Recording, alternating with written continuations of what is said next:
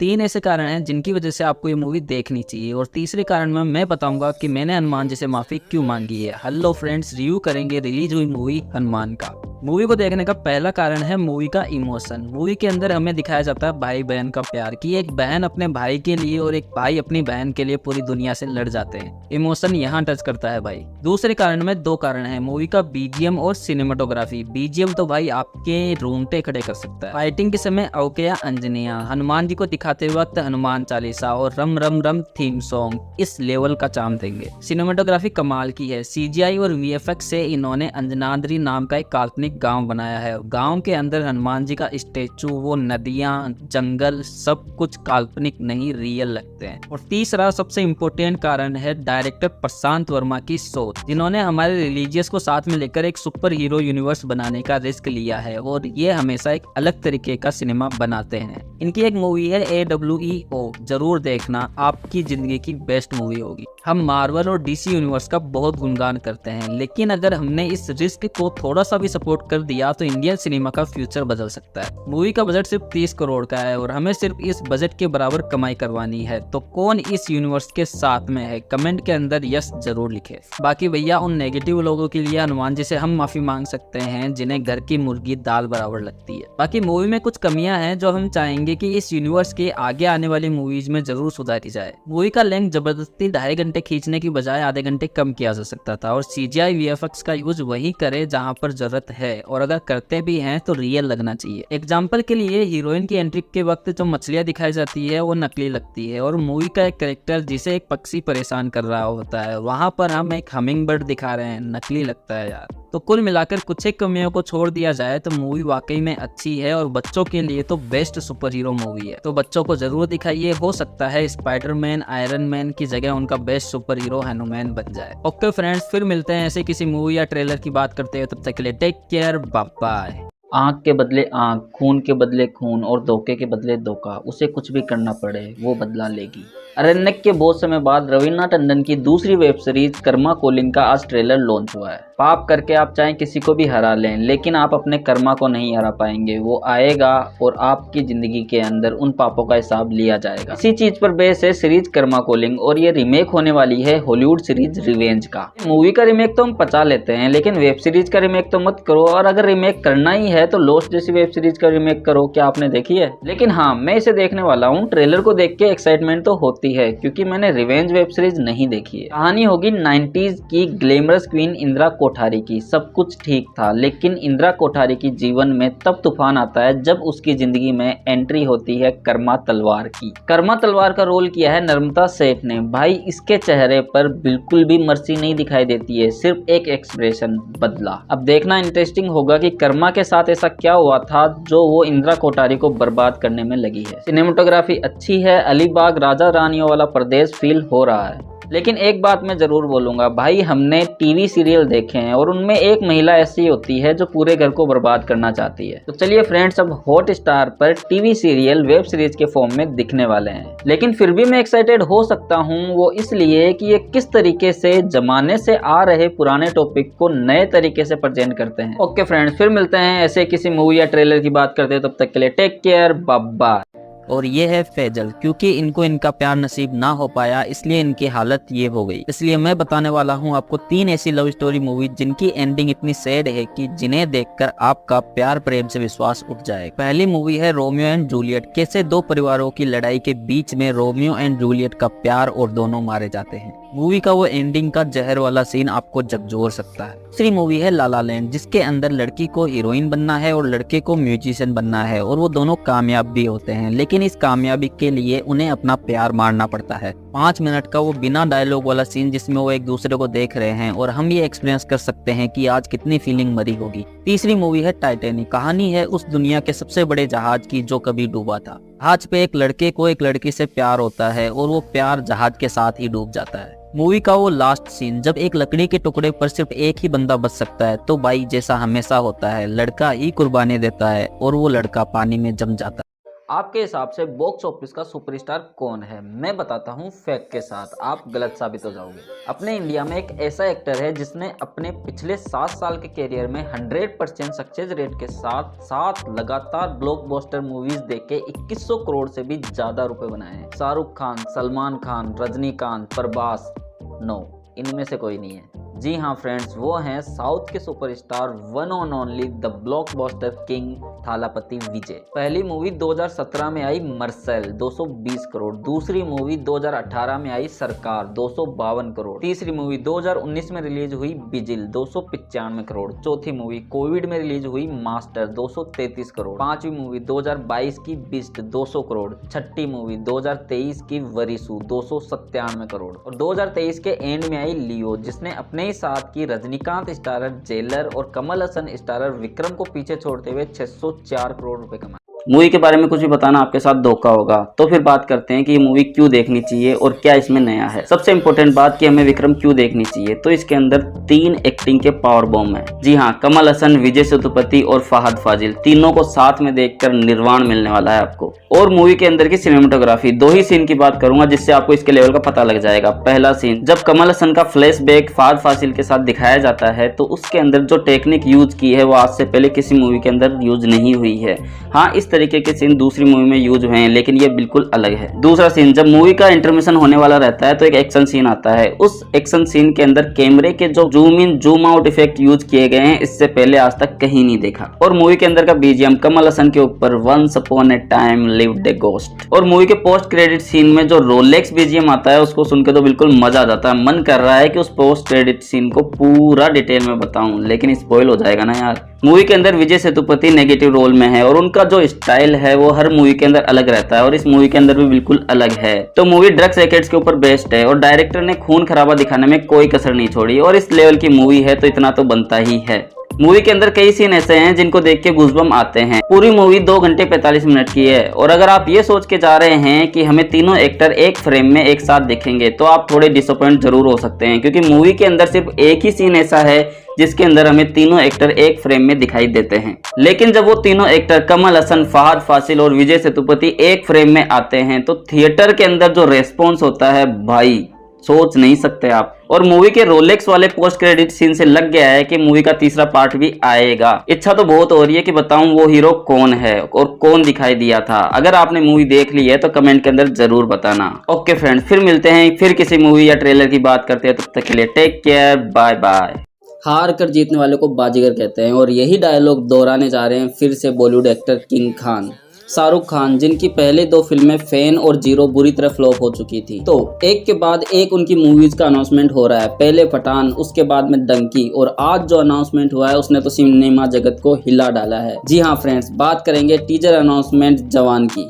जिस तरीके से उनके चेहरे और हाथों पर पट्टियां बंधी है वो बुरी तरीके से जख्मी है, कहीं ना कहीं डेडपूल की याद आ रही है। लेकिन हाँ, आज तक इंडिया के अंदर ऐसा यूनिक कॉन्सेप्ट नहीं दिखा है। देखकर लगा कि पहली बार कुछ अलग है। तो पहले सीन में वो कबाड़ खाने में दिखाई देते हैं, हो सकता है वो उनका सीक्रेट प्लेस हो, लेकिन दूसरे सीन में वो एक स्टेशन पे दिखाई देते हैं और उस स्टेशन पे उनका वही कॉस्ट्यूम दिखाई देता है, लेकिन इस बार उनको कोई चोट नहीं लगी। तो लग रहा है पूरी मूवी के अंदर वो यही कॉस्ट्यूम पहने हुए दिखाई दें, और अगर ऐसा हुआ तो कहीं ना कहीं सुपर हीरो वाली वाइब आ रही है। मूवी के अंदर हमें शाहरुख खान के डबल रोल दिख सकते हैं और उनकी हीरोइन बनी है नयनतारा। बाकी बात करें तो फिल्म के डायरेक्टर है साउथ के एटली, जिन्होंने बिगल, मर्सेल, हेरी और एस शंकर के साथ रोबोट डायरेक्ट की है। तो पहली बार इंडिया के अंदर साउथ और बॉलीवुड का कोलैबोरेशन होने वाला है। तो भैया कहीं ना कहीं साफ दिखाई दे रहा है कि बॉलीवुड स्टार धीरे धीरे साउथ की तरफ भाग रहे हैं। तो इससे तो ऐसा ही लग रहा है कि वो दिन दूर नहीं जब इंडिया के सिनेमा को साउथ इंडस्ट्री के नाम से ही जाना जाएगा। लेकिन जो भी हो, मूवी के लिए एक्साइटमेंट का लेवल यहाँ से भी ऊपर जा रहा है। तो भैया देखते हैं मूवी क्या बवाल मचाती है, ये तो हमें जून 2023 के अंदर ही पता चलेगा।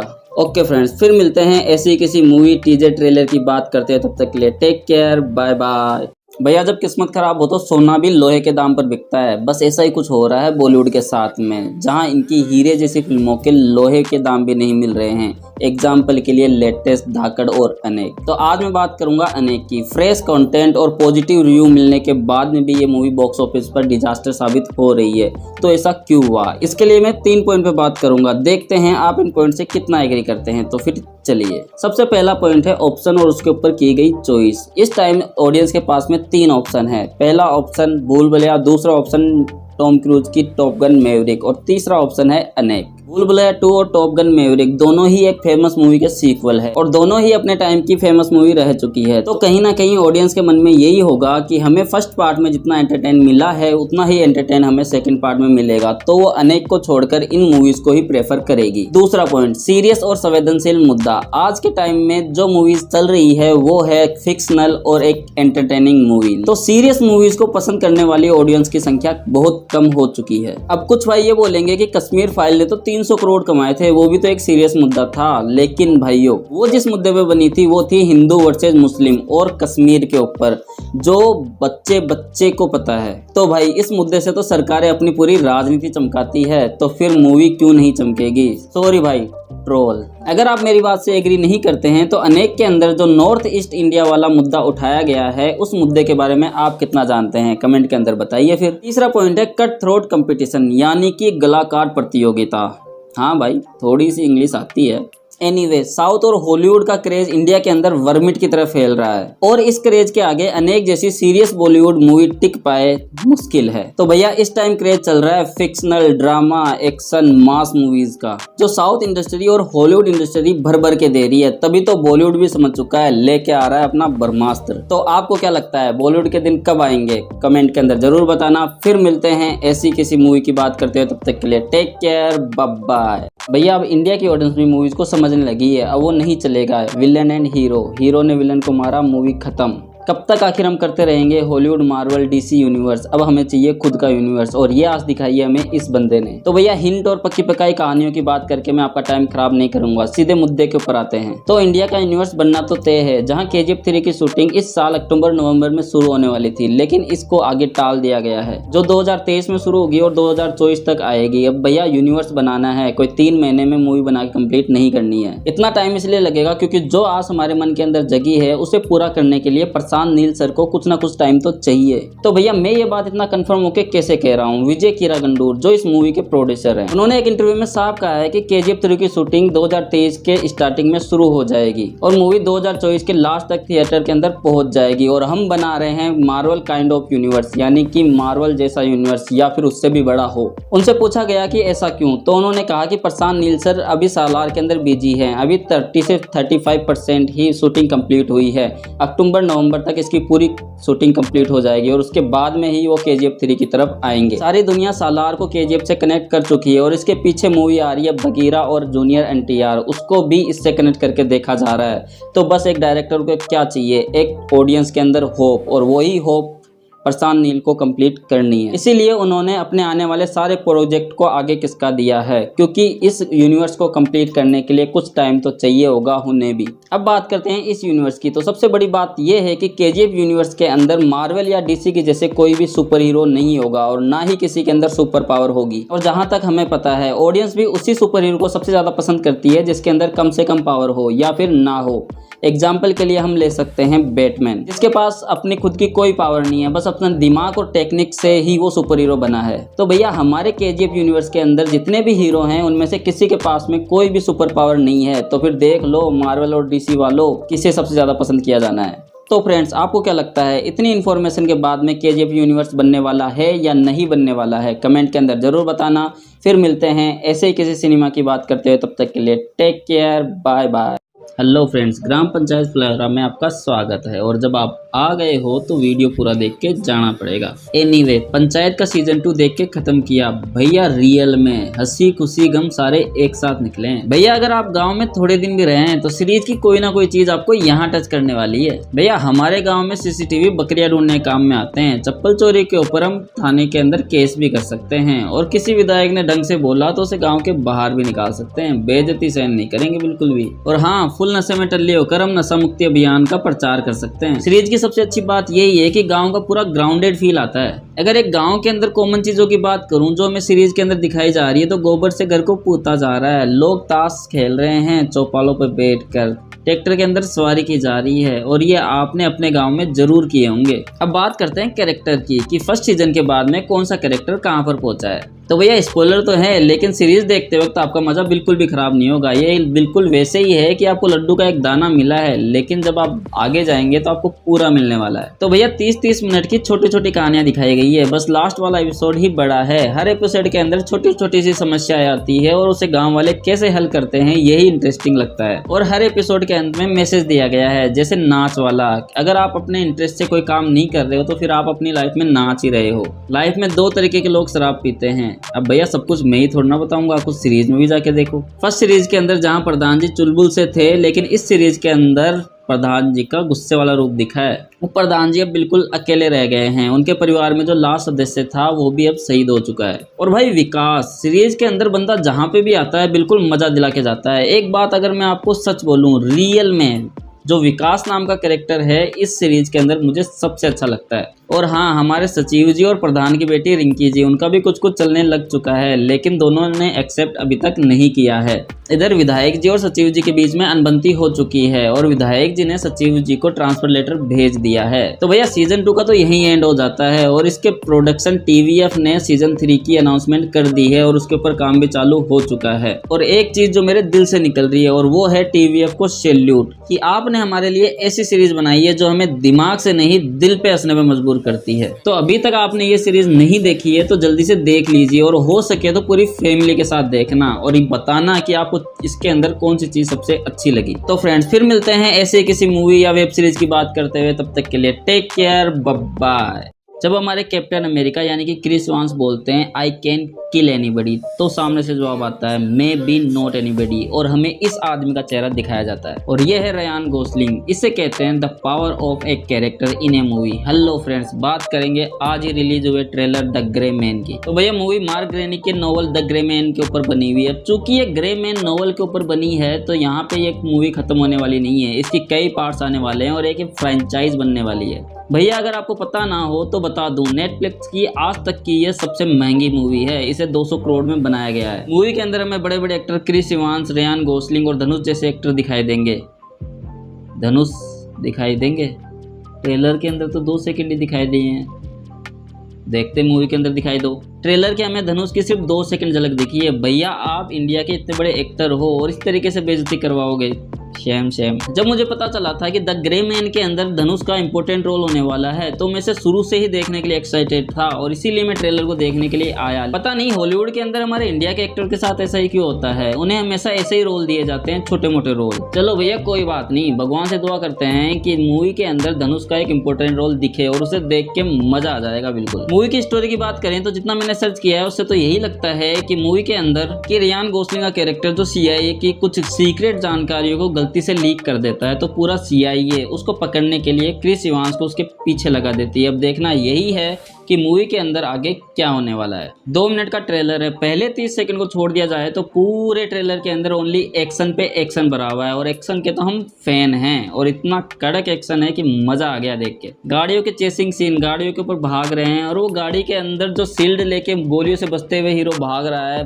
वाह वाकई में बिल्कुल मजा आया। भैया बस ट्रेलर के अंदर धनुष के लिए डिसअपॉइंटमेंट है, दिल से बुरा लगता है यार जब हॉलीवुड इंडस्ट्री हमारे इंडियन एक्टर के साथ ऐसा करती है। बाकी मूवी जुलाई 15 को थिएटर के अंदर रिलीज हो रही है और उसके जस्ट 7 दिन बाद में 22 जुलाई को ये मूवी नेटफ्लिक्स के ऊपर रिलीज होगी। तो नेटफ्लिक्स की तो बल्ले बल्ले होने वाली है। लास्ट में वीडियो खत्म करते वक्त आपसे सिर्फ यही पूछूंगा कि ट्रेलर के अंदर धनुष को देख के आप सेटिस्फाई हैं या नहीं है, कमेंट के अंदर जरूर बताना। फिर मिलते हैं फ्रेंड ऐसे किसी ट्रेलर या मूवी की बात करते हुए, तब तक के लिए टेक केयर, बाय। सोचिए जंगल में आप कहीं जा रहे हो और आपको शेर, चीता और तेंदुआ तीनों एक साथ मिल जाए तो सोचिए क्या हाल होगा आपका। बस ऐसा ही कुछ हाल हुआ आज विक्रम के ट्रेलर में कमल हसन, फहद फासिल और विजय सेतुपति को एक साथ देख के। भैया सीधा बोल देता हूँ, मूवी के अंदर कुछ हो या ना हो, लेकिन जब ये तीनों एक्टर एक साथ स्क्रीन शेयर करेंगे तो ये देखकर तो पर्दे फटने वाले हैं। ये सोचकर अभी से गूज़बम्स आ रहे हैं। और भैया सबसे बड़ी बात, मूवी हिंदी में भी रिलीज हो रही है, इसके लिए तो very very thank you sir. अब बात करते हैं ट्रेलर की। तो ट्रेलर के अंदर शुरुआत में ही जो एक्टर्स की की बड़ी बड़ी आंखें दिखाई जाती है, उन्हें देख के ही लग जाता है कि मूवी के अंदर कितना डेसिंग और कत्लेआम होने वाला है। भैया रॉकी भाई ने KGF 2 के अंदर बड़ी माँ को चला के चेक कर लिया है, तो इस बार बारी विक्रम के अंदर कमल हसन की है। अरे समझे नहीं क्या बड़ी माँ? अरे वो ही जिसको चला के पुलिस स्टेशन उड़ाया था। भाई जी डेसिंग देखने के लिए 6 पैक बॉडी वॉडी होने की आवश्यकता नहीं है। अगर देखना है तो ट्रेलर के अंदर विजय सेतुपति को शर्टलेस देख लो। भैया मूवी कमल हसन के राजकमल प्रोडक्शन हाउस के नीचे बन रही है, जिसके अंदर विश्वरूपम बनी थी और उस मूवी ने क्या धमाल मचाया था वो ही हमें इसमें देखने वाला है। मूवी का बजट 100 करोड़ है, जिसके अंदर से 10 करोड़ तो ओनली डी एजिंग टेक्नोलॉजी के लिए यूज हुआ है। अब आप पूछेंगे डी एजिंग टेक्नोलॉजी होती क्या है, तो आपको बता दूं, इसके अंदर किसी एक्टर को CGI और अदर टेक्नोलॉजी की यूज से जवान या बुढ़ाई दिखाया जाता है। अब इसके अंदर कमल हसन आपको कितने फिट दिख रहे हैं वो आपको पता लग रहा होगा। अगर इसका आपको सबसे बड़ा एग्जाम्पल चाहिए तो the story of Benjamin button आप देख सकते हैं। भैया मैं तो 3 जून को लार्जर देन लाइफ एक्टिंग करने वाले फहद फासिल, विजय सेतुपति और कमल हसन को देखने के लिए जाऊंगा। आप इस मूवी के अंदर क्या देखने के लिए जाएंगे कमेंट के अंदर जरूर बताना। फिर मिलते हैं ऐसे ही किसी ट्रेलर या मूवी की बात करते हुए, तब तक के लिए take care, bye bye. Yashraj banner तले बनी 300 करोड़ की मूवी पृथ्वीराज का आज ट्रेलर लॉन्च हुआ है। ये 300 करोड़ मूवी के सेटअप में, डिजाइन में, CGI में, सिनेमेटोग्राफी में दिख रहे हैं, लेकिन एक चीज में ये बिल्कुल नहीं दिखाई दे रहे, वो है अक्षय कुमार की एक्टिंग। सर अगर आप इन 300 करोड़ में से 30 रुपए का भी कर्ज अदा कर देते तो आज ये बाहुबली लेवल की मूवी होती और बॉलीवुड का नाम होता। भैया हम पृथ्वीराज चौहान के बारे में फर्स्ट क्लास से पढ़ते हुए आ रहे हैं और आज तक पढ़ रहे हैं, और इंडिया का बच्चा बच्चा इनके बारे में जानता है और इनकी वीर गाथाओं को सुनता है। एक ऐसा नाम जिस नाम को सुनते ही उस नाम के अंदर एक अलग सा गौरव दिखाई देता है। प्रोडक्शन ने जितना काम मूवी के सेट डिजाइन और CGI के अंदर किया है, उतना काम वो अगर अक्षय कुमार की एक्टिंग के ऊपर भी थोड़ा करते तो मजा आ जाता। ऐसा ही होता है भैया जब हम साल के अंदर 10 फिल्में निकाल रहे हो और हमारी एक्टिंग स्किल पे बिल्कुल भी काम नहीं कर रहे हो, फिर हमें चाहे कोई सा भी रोल दिया जाए वो एक ही तरह का दिखाई देता है। अगर हम इस मूवी की बात करें तो आपका रोल बिल्कुल हाउसफुल 4 की बाला की तरह ही लग रहा है। मूवी की स्टोरी की बात करें तो ये 12वीं सदी के पृथ्वीराज चौहान की वीर गाथाओं को दिखाएगी, जहां हमें इतिहास ये बताता है कि पृथ्वीराज और गौरी के बीच में 2 युद्ध हुए थे, पहला तराइन का युद्ध और दूसरा तराइन का युद्ध, जिसमें पहले युद्ध के अंदर पृथ्वीराज गौरी को हरा देते हैं, लेकिन दूसरे युद्ध के अंदर पृथ्वीराज गौरी से हार जाते हैं और गौरी उन्हें बंदी बना लेता है और अपने साथ ले जाता है और वहां उनकी हत्या कर दी जाती है। कई स्रोत इस कहानी को और भी इंटरेस्टिंग तरीके से दिखाते हैं। उनका मानना यह है कि पृथ्वी और गौरी के बीच में 18 युद्ध हुए थे और 18 में से 17 युद्ध पृथ्वीराज जीत चुके थे, लेकिन 18वें युद्ध में पृथ्वीराज हार जाते हैं। गौरी उन्हें बंदी बना लेता है और उन्हें अपने साथ ले जाता है। भाई उन्हें अंधा कर दिया जाता है, लेकिन अंधे होने के बाद भी वो गौरी की आवाज सुनकर उस दिशा में तीर चलाते हैं और गौरी वहीं पे मारा जाता है। लेकिन देखना इंटरेस्टिंग अब ये होगा कि वो हमें मूवी के अंदर इतिहास का कौन सा पहलू दिखाते हैं। तो भैया ट्रेलर की बात करें तो ट्रेलर के अंदर सिनेमेटोग्राफी और एक्शन तो काफी बढ़िया है, लेकिन अक्षय सर आपकी हमारे मन में बहुत इज्जत है और आप ऐसा काम करेंगे हमने सोचा नहीं था। आपकी एक्टिंग को देखकर यही लग रहा है कि 300 करोड़ धूल में जाने वाले हैं। एक्ट्रेस की बात करें तो मानुषी छिल्लर इतनी ब्यूटीफुल लगी नहीं है। इतिहास में संयोगिता को जितना सुंदर दिखाया गया है, उसके लिए जितनी लड़ाइयाँ हुई है उस हिसाब से आपको ब्यूटीफुल लगना था। बाकी सोनू सूद चंद्रप्रदाय के रोल में और संजय दत्त और आशुतोष राणा अपने रोल में बिल्कुल फिट लग रहे हैं। बस भैया हम तो इतना ही कहेंगे कि आपने ट्रेलर के रूप में कदम तो रखा, लेकिन गलती से उल्टा कदम रख दिया है। अब देखते हैं कि आगे मूवी क्या कमाल करती है क्या नहीं करती है, वो तो सिनेमा में ही पता लगेगा। तो फ्रेंड्स पृथ्वीराज के रूप में आप अक्षय कुमार को देखकर संतुष्ट हैं या नहीं है कमेंट में जरूर बताएं। फिर मिलते हैं ऐसे ही किसी वीडियो के साथ, तब तक के लिए टेक केयर, बाय बाय। तूफान को लटकाते नहीं, तूफान से भागते हैं। शायद बॉलीवुड को घमंड था कि वो KGF के सामने टिक जाएंगे, लेकिन उन्हें नहीं पता था कि भैया तूफान से टकराते नहीं, तूफान से भागते हैं। सबसे पहले मैं अगर KGF के कलेक्शन की बात करूं तो 1087 करोड़ लगभग 1100 करोड़ रुपए कमाकर इसने RR को भी पीछे छोड़ दिया है और वर्ल्ड वाइड कमाई के मामले में ये तीसरे नंबर पर आ चुकी है, जहां हमको पता है पहले नंबर पर दंगल और दूसरे नंबर पर बाहुबली 2 थी। अब बात करते हैं बड़े बड़े स्टारों वाली बॉलीवुड मूवीज के कलेक्शन की, जो KGF चैप्टर 2 के साथ रिलीज तो हुई, लेकिन इस तूफान के साथ कहां बह गई अभी तक लोग ढूंढ रहे हैं। बात करते हैं सबसे पहले 100 करोड़ में बनी मूवी जर्सी की, जिसने ओनली 25 करोड़ की कमाई की है और जो 1-2 दरवाजे थिएटरों के खुले थे वो भी अब बंद होने लग गए हैं। और उसके बाद में इस वीकेंड रिलीज होती है हीरोपंती 2 और रनवे 34। हीरो भैया की फिल्म हीरोपंती ने इन 4 दिनों में ओनली 22 करोड़ कमाए हैं और ये KGF के सामने औंधे मुंह गिरती हुई दिखाई दे रही है। मूवी का बजट 75 करोड़ था, लेकिन कोरोना के कारण लेट होने के कारण इसका बजट 85 करोड़ हो गया, क्योंकि भैया ब्याज भी तो चुकाना पड़ता है ना। इसी बीच हमारे सबके प्यारे मिस्टर भरोसेमंद यानी कि अजय देवगन की रनवे 34 रिलीज होती है। प्रोड्यूसर और डायरेक्टर को ये लगता है कि मूवी के अंदर अगर अजय देवगन हो तो घाटे का सौदा नहीं है, लेकिन इस बार तो डायरेक्टर, प्रोड्यूसर, एक्टर सब अजय देवगन ही थे। लेकिन ये कितना बड़ा घाटे का सौदा होगा ये तो मूवी के बजट को आप देखोगे तो पता लगेगा। मूवी का बजट 100 करोड़ था और ओनली इसने 22 करोड़ की कमाई की है। अगर मैं आपको बताऊं KGF 2 का बजट 100 करोड़ है तो इस बात पे अचंभा मत करना। अब आप ये सोच रहे होंगे KGF चैप्टर 2 मूवी का बजट इन मूवीज के बजट के बराबर ही है, तो फिर वो इस बजट के अंदर इतनी बढ़िया लेवल की मूवी बना सकते हैं और हमारा बॉलीवुड कचरा बना रहा है। तो भैया आपको बता दूं, अगर अजय देवगन किसी मूवी में काम करें तो उनकी फीस ओनली 50 करोड़ है। हीरोपंती के अंदर बजट के 75 करोड़ में से तो 39 करोड़ उनकी ओनली फीस है। तो भैया एक्टर्स की इतनी फीस होगी तो फिर मूवी के लिए बजट बचेगा ही कहाँ, और जो बचेगा फिर उससे यही कचरा बनेगा। तो फिर आप कैसे सोच सकते हैं कि हम KGF चैप्टर 2 से मुकाबला कर सकते हैं, क्योंकि वहाँ के पूरे 100 करोड़ इस मूवी के अंदर लगाए गए हैं, ना कि यश को 50 करोड़ फीस दी गई है। मेरा मानना यह है कि बॉलीवुड पूरा बजट मूवी बनाने के ऊपर खर्च करे और उसके बाद जो प्रॉफिट हो उसके अंदर से फीस एक्टर्स को दी जाए। अगर ऐसा किया जाए तो बॉलीवुड मूवीज का लेवल भी एक अलग तरह का होगा। तो भैया बॉलीवुड वालों, जब तक ये KGF का तूफान चल रहा है तो भैया थोड़े शांत होकर दुबक के बैठे रहिए, जिससे आपके पैसे बच जाएं। तो फ्रेंड्स, आपको क्या लगता है बॉलीवुड को क्या करना चाहिए, कमेंट के अंदर ज़रूर बताना। फिर मिलते हैं ऐसी ही किसी वीडियो में, तब तक के लिए टेक केयर, बाय बाय। खिलाड़ी भैया अक्षय कुमार ने अपनी the much awaited movie Ram Setu की एक ग्लिम्स अपने इंस्टाग्राम अकाउंट पे शेयर की है। इस ग्लिम्स को देखने के बाद हमारा मूवी को देखने का एक्साइटमेंट पीक लेवल पर पहुंच चुका है और इसके अंदर जैसा VFX यूज़ किया गया है ऐसा VFX अगर मूवी के अंदर यूज हो जाए तो बिल्कुल मज़ा आ जाए। इस पोस्टर को और इससे पिछले पोस्टर को देखकर यही लगता है कि मूवी की स्टोरी राम की ही किसी घटना राम सेतु के इर्द गिर्द ही घूमने वाली है। पोस्टर के अंदर राम सेतु टाइटल के ऊपर लिखा हुआ है मिथ एंड रियलिटी, तो हो सकता है अक्षय कुमार जो इसके अंदर एक आर्कियोलॉजिस्ट है वो पता कर रहे हो कि राम सेतु ब्रिज था या नहीं। इस ग्लिम्स को पोस्ट करने के साथ अक्षय कुमार ने इसकी रिलीज डेट भी बता दी है। मूवी दिवाली को रिलीज होने वाली है, तो अभी रिलीज होने में 5-6 महीने का टाइम है। तो उम्मीद करते हैं कि आप जल्द ही कोई टीजर या ट्रेलर हमें दिखाएंगे और हम वीडियो बनाएंगे। अक्षय सर, विमल गुटके का जो आपके ऊपर कलंक लगा है आप उसे दो हैं, तो आपसे सिर्फ एक रिक्वेस्ट है, जो बॉलीवुड हमेशा करता है अपनी मूवी में भगवानों की मजाक बनाता है और आप श्री राम की मूवी बना रहे हो, तो प्लीज़ मजाक मत उड़ने देना। तो फ्रेंड्स, आप इस मूवी के लिए एक्साइटेड है या नहीं, कमेंट में ज़रूर बताना। फिर मिलते हैं ऐसे ही किसी वीडियो के साथ, तब तक के लिए टेक केयर, बाय। क्योंकि हमेशा हम किसी चीज़ के बारे में नेगेटिव नहीं बोल सकते। हेलो फ्रेंड्स, बात करेंगे Aditya Roy Kapur starrer movie Om the battle within, जिसका आज टीजर लॉन्च हुआ है। और हाँ, वाकई में तालियां बजाने वाला टीजर था, फुल्ली एक्शन पैक्ड।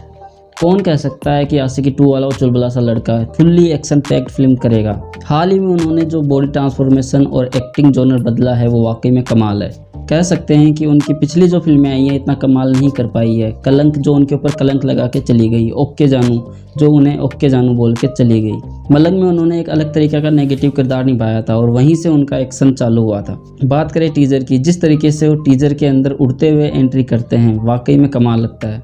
टीजर के अंदर कुल मिलाकर 2-3 डायलॉग है और लास्ट के अंदर रक्त रहे ना रहे राष्ट्र हमेशा रहेगा, एकदम गूज़बम्प देने वाला है। I like it. अब कुछ विद्वान कह रहे हैं कि टाइगर श्रॉफ और सलमान खान को मिला के एक दूसरी फिल्म बना दी है।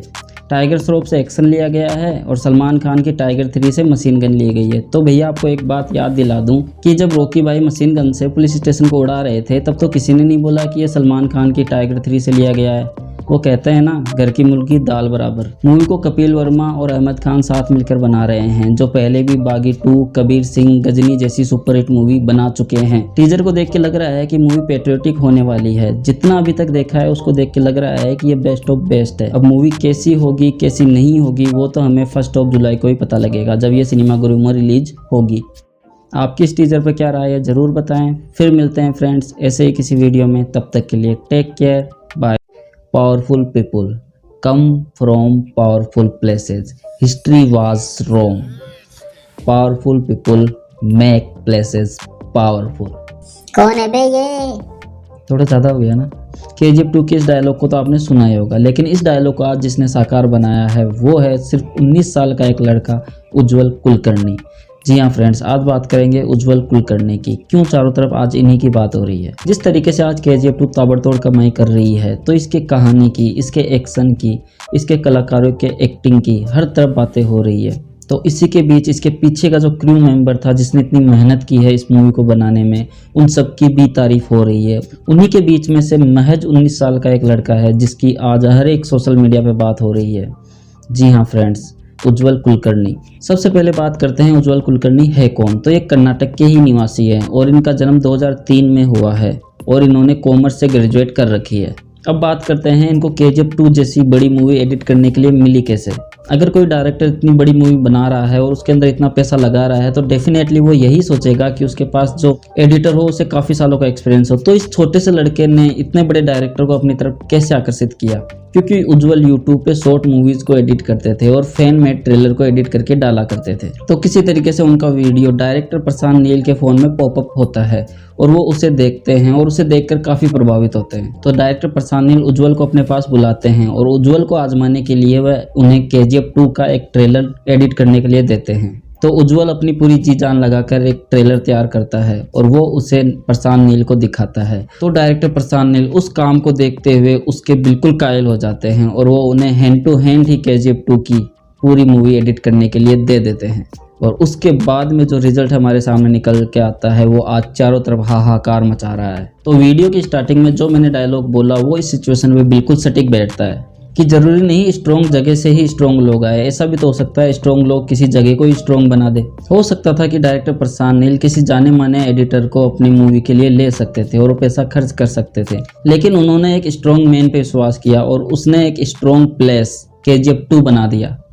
तो फ्रेंड्स, आपको उनका काम कैसा लगा कमेंट में ज़रूर बताना। फिर मिलते हैं ऐसे ही किसी वीडियो में, तब तक के लिए टेक केयर, बाय। क्योंकि जहाँ पैसा है वहाँ कौन कैसा है इससे कोई फर्क नहीं पड़ता। अभी कुछ ही दिन पहले एक एड आता है जिसके अंदर हमारे अक्षय पाजी विमल इलायची का एडवर्टाइज कर रहे हैं, जिसका एडवर्टाइजमेंट अजय देवगन और शाहरुख खान तो काफ़ी समय पहले से ही कर रहे हैं। तो हमारे अक्षय पाजी ने भी ये सोचा कि वो कर रहे हैं तो फिर मैं क्यों नहीं कर सकता। लेकिन सर, आपको पता होना चाहिए वो इलायची नहीं है, वो एक विमल ब्रांड गुटखा है। और आप नॉर्मल किसी दुकान पे जाके ये बोलोगे ना भैया विमल दे दो, तो इलायची कोई नहीं सोचेगा, आपको गुटखा ही मिलेगा। हमारे इंडिया में लॉ है कि आप किसी भी नशीले पदार्थ का एडवर्टाइजमेंट नहीं कर सकते, इसीलिए कंपनियों की ये मार्केटिंग स्ट्रेटेजी होती है। आपको गुटखे के ब्रांड का प्रचार करवाना है, चाहे वो इलायची के नाम पर ही क्यों ना हो। बेचारी इस इलायची के नाम पे पहले भी कई कलाकार फंस चुके हैं।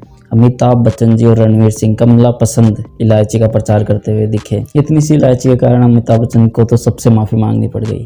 तो कई बार टाइगर श्रॉफ और साउथ के बड़े स्टार महेश बाबू पान बहार मसाला बेचते हुए नजर आते हैं और इस बार हमारे अक्षय सर एक इलायची के चक्कर में फंसे हैं। अक्षय सर जो स्वच्छ भारत मिशन के साथ जुड़े हुए हैं, उन्होंने एक वीडियो में कहा भी है कि मैं कभी भी नशीले पदार्थ का एडवर्टाइजमेंट नहीं करूँगा। हो सकता है ये उनसे भूल से हुआ हो क्योंकि पैसों के आगे सबकी आंखें बंद हो जाती है, तो वो भी एक इंसान ही है। आखिर में सोशल मीडिया के ट्रोल से शर्मिंदा होकर उन्होंने इंस्टाग्राम पे एक पोस्ट शेयर की है जिसमें वो माफ़ी मांगते दिखाई दे रहे हैं और कह रहे हैं कि मैं आगे से भविष्य में ऐसी कोई गलती नहीं करूँगा। अक्षय सर आपको छोटे से लेकर बड़े तक फॉलो करते हैं, आपका फिटनेस पॉइंट हर कोई जानता है। हाँ जी सर, हमें पता है कि इन चीज़ों में पैसा है, लेकिन इसका मतलब ये नहीं है कि आप आँख बंद करके कुछ भी करो। कोई भी नहीं चाहेगा कि उसका मनपसंद सेलिब्रिटी इस तरीके के शर्मिंदापूर्ण काम करे। आप लोगों की इस चीज़ पे क्या राय है कमेंट में ज़रूर बताना। फिर मिलते हैं ऐसे ही किसी वीडियो में, तब तक के लिए टेक केयर। नेटफ्लिक्स पे अभिषेक बच्चन की तस्वीर रिलीज हो चुकी है और चौधरी कतई जहर है और वो इस मूवी में एक हरियाणवी जट के रूप में दिखे हैं और उन्होंने इस टून को अच्छी तरीके से पकड़ा है। पिछले कुछ समय से अभिषेक बच्चन जैसे जैसे प्रयोग कर रहे हैं वैसे वैसे उनकी एक्टिंग निखरती जा रही है।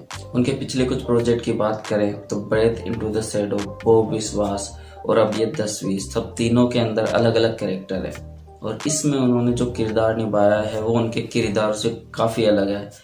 मूवी को पूरा हरियाणवी टच दिया गया है और इसके हर एक कैरेक्टर ने इस टच को अच्छी तरीके से पकड़ा है। यामी गौतम अपने क्यूटनेस से सबको इम्प्रेस करती दिख रही है। मूवी के अंदर के वन लाइनर पंच जैसे कि power corrupts and absolute power corrupts absolutely, मरे हुए को लात मारने का रिवाज ना है हमारे, मूवी में नए दिखते हैं। मूवी का म्यूजिक, मूवी का हर एक सॉन्ग अपनी सटीक जगह पे, ऐसा बिल्कुल नहीं लगता है कि उन्हें जबरदस्ती घुसाया गया है। मूवी के अंदर अभिषेक बच्चन अनपढ़ है और किसी तरीके से ऐसी सिचुएशन बन जाती है कि उन्हें 10वीं पास करना ही पड़ेगा, तो वो इस 10वीं को पास करने के लिए क्या क्या पापड़ बेलते हैं वो ही मूवी के अंदर दिखाया गया है, किस तरीके से वो 10वीं की पढ़ाई करते हैं। मूवी के अंदर की कॉमेडी बिल्कुल नई और फ्रेश लगती है। तो मूवी के अंदर अभिषेक बच्चन अपनी स्कूल की और एक्टिंग की दोनों की 10वीं पास करते हुए दिखाई देंगे आपको। तो मूवी आपके लिए बिल्कुल मस्ट वॉच है और इसको जरूर देखिए। फिर मिलते हैं ऐसे ही किस वीडियो में, तब तक के लिए take care, bye bye. Thalapathy Vijay starrer movie Beast का आज ट्रेलर लॉन्च हो चुका है और ट्रेलर ने लॉन्च होते ही जो तबाही मचाई है, बिल्कुल हिला डाला है। 1 घंटे के अंदर 3 मिलियन से ज़्यादा व्यूज़ मिल चुके हैं इसके ट्रेलर को, जबकि ट्रेलर हिंदी में तो अभी तक रिलीज हुआ ही नहीं है। ट्रेलर के क्रेज को देख के लग रहा है कि केजीएफ भैया बिल्कुल खतरे में है, क्योंकि 14 अप्रैल को केजीएफ चैप्टर 2 रिलीज होने वाला है और उससे एक दिन पहले यानी कि 13 अप्रैल को बीस्ट लॉन्च होने जा रही है। और आज इसका जिस तरीके से क्रेज दिखा है, तो उस टाइम हम देख सकते हैं जब मूवी रिलीज होगी तो इसका क्या क्रेज होगा। यानी केजीएफ को कुछ ना कुछ तो खतरा जरूर है। अब बात करते हैं ट्रेलर की कि ट्रेलर कैसा है। ट्रेलर को देख के ऐसा लग रहा है कि आतंकवादियों ने किसी मॉल को हाईजैक कर लिया है और उसी मॉल में फंसे हुए लोगों को बचाने के लिए हमारे बिस्ट यानी कि थालापति विजय सोल्जर बन के जाने वाले हैं। ट्रेलर अच्छा है, लेकिन जिस तरीके के मूवी के पोस्टर हमारे सामने निकल के आ रहे थे, जिसके अंदर वो काफ़ी डेंजर लग रहे थे, वैसा डेंजर हमें ट्रेलर में कुछ दिखा नहीं। बाकी पीछे की तरफ एक बैकग्राउंड साउंड चलता रहता है, लीनर मिनर स्ट्रोंगर, जो काफ़ी अच्छा लग रहा है। लेकिन एक चीज़ जो मुझे खली, पता नहीं क्यों मुझे ये कॉपीकैट सा लग रहा है। अभी हाल ही में मनी हाइस्ट लॉन्च हुआ था, उसी प्लॉट को देखते हुए एक मूवी आई थी बॉलीवुड के अंदर ए थर्सडे। अब उसी तरीके का प्लॉट हमें नजर आएगा बीस्ट के अंदर और सीधा ट्रेलर में दिख रहा है कि वो का वो प्लॉट है, तो थोड़ा कॉपी तो लग रहा है। लेकिन आपकी क्या राय है कमेंट में जरूर बताना। फिर मिलते हैं ऐसे ही किसी वीडियो में, तब तक के लिए टेक केयर, बाय बाय।